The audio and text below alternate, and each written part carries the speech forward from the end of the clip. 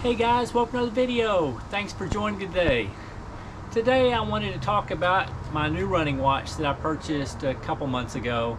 I actually went with why I went with the one I went with. There's a lot of good running watches out there. The one you choose may be different than mine, but I just wanted to talk a little bit about why I went with what I did. A couple months ago I purchased the Garmin 955.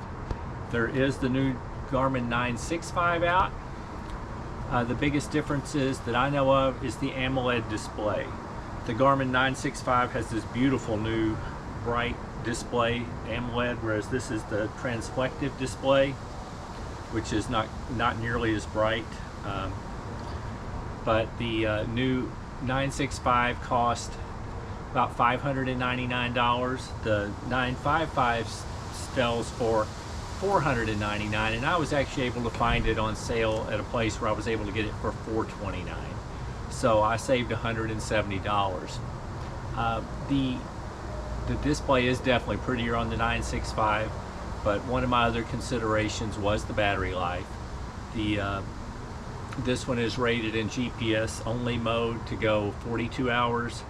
The 965 is rated to go 31 hours. Now you can do some changes in the settings where it's not always on, but I still like being able to look down always and see the time. This still has a pretty good backlight, so I just chose to go with the 955 and save some money. As of today, the 965 and the 955 pretty well have identical features other than the brightness of the display.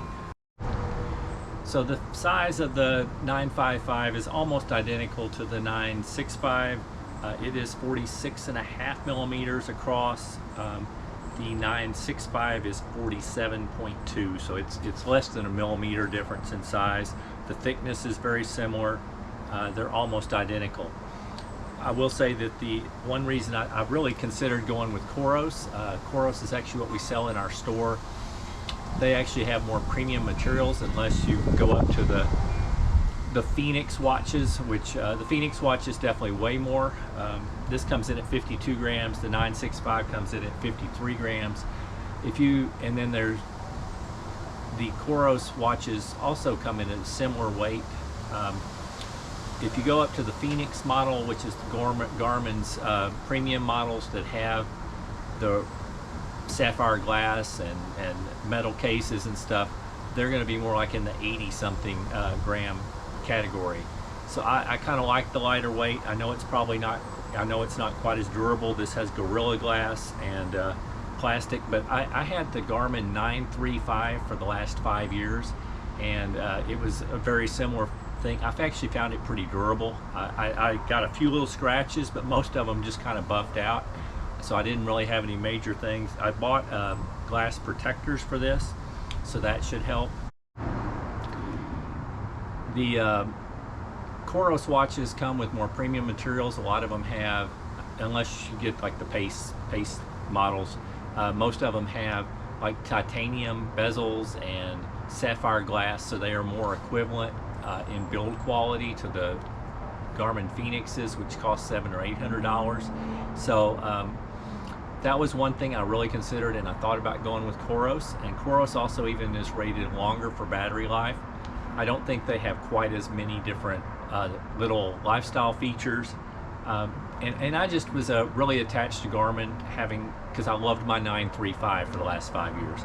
The Garmin 935 came out in 2017. I bought mine in 2018. There was a 945 in between there that I didn't ever own.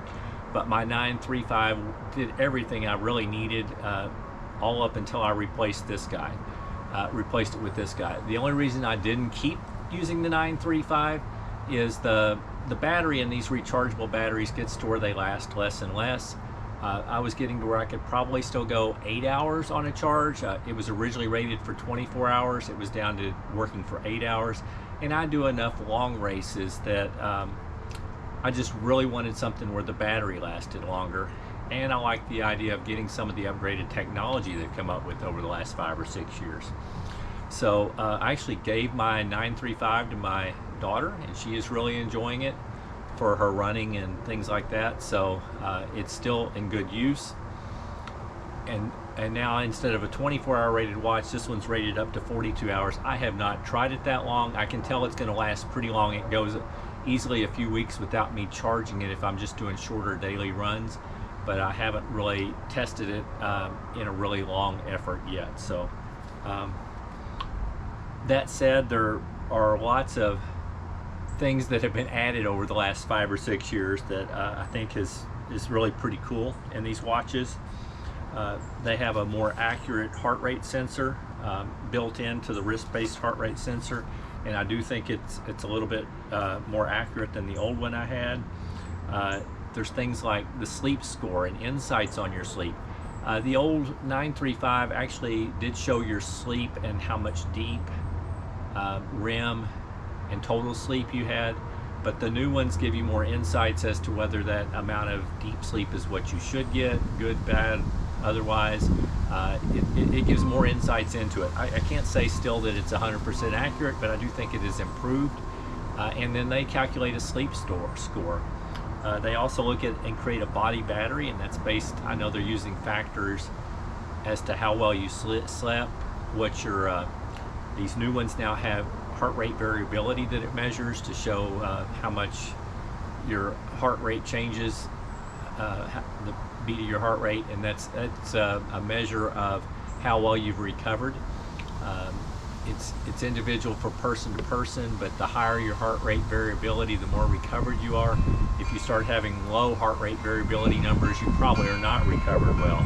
So they use that into coming up with, as part of their formulas, to come up with their battery to see how much energy you have left. Now, I have heard some negatives about the battery not being really accurate. If people are doing extremely long events, it'll get all the way saying you have nothing left in your battery, but obviously you're able to keep going, so that's not 100% correct. But the training readiness score, I'm actually finding, goes a lot along with my how I feel intuitively. If I've slept well, my training readiness will get up to where it's, and I haven't run a lot of hard efforts or long efforts, the training readiness will get up there a lot higher. And if I'm tired or have not been sleeping well, the training readiness goes down. So I don't know if it's perfectly accurate, but it seems like a pretty good algorithm. These new watches also have the respiration rate. I don't really know how to use that yet, but I find it interesting.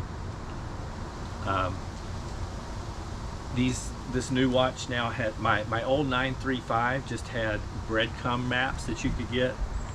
This one now is touch screen and comes with full color turn-by-turn maps, and you're able to use the touch screen to zoom in. So much better in the mapping department. It has pulse ox, it's got the smart notifications. Now, it's probably not near the sort of smart notifications or as good as a smartwatch as maybe like an Apple Watch or something like that, but I thought the smartwatch features were good on my old 935, and these are even better. The 935, you used to be able to go start reading your message on your watch, but it would just go down a certain number of characters and stop. These you can keep scrolling down and pretty well see the whole message of your email or your text, which I find is really nice. This now also has music storage, which my old one didn't. I find that a cool feature. I really haven't used it yet, but I eventually will. Something that has changed over the last 5 or 6 years is this now has find your phone and find your watch from your phone. I've seen that more recently. My wife has a newer Garmin than my 935 was, and now this has that feature, which I think is kind of cool. It now has the Garmin Pay, so you're able to load your credit card into your watch and then just use your watch to pay at different touch places.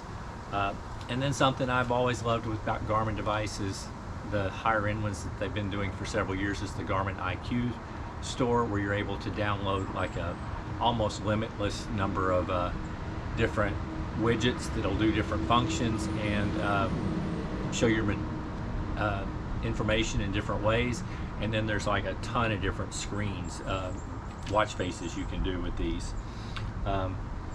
This also has some kind of cool things. It now has suggested workouts, and I have found that the ones that are popping up are pretty appropriate for my level of fitness, so I'm happy about that.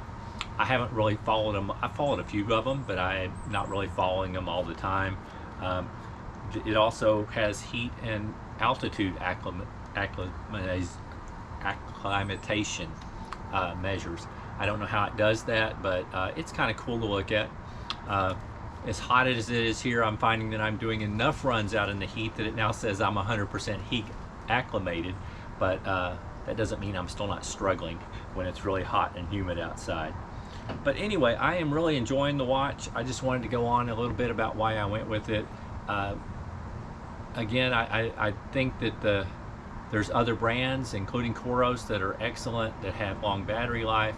I just find that I'm more familiar with Garmin. I've been happy with it, so I just didn't want to change. And I didn't find the price difference that much more, as long as I was willing to go with the plastic and Gorilla Glass versus the sapphire and titanium. But anyway, really enjoy my watch. I just thought I'd give you an update and let you know what I ended up choosing and why.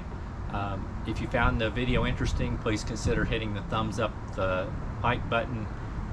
Please consider subscribing to my channel if you want to hear any more of my reviews and some of my adventures in running and training as a older, almost 61-year-old now. Anyway, that's it for me today. I hope you enjoyed the video and you're having a great day. Keep moving.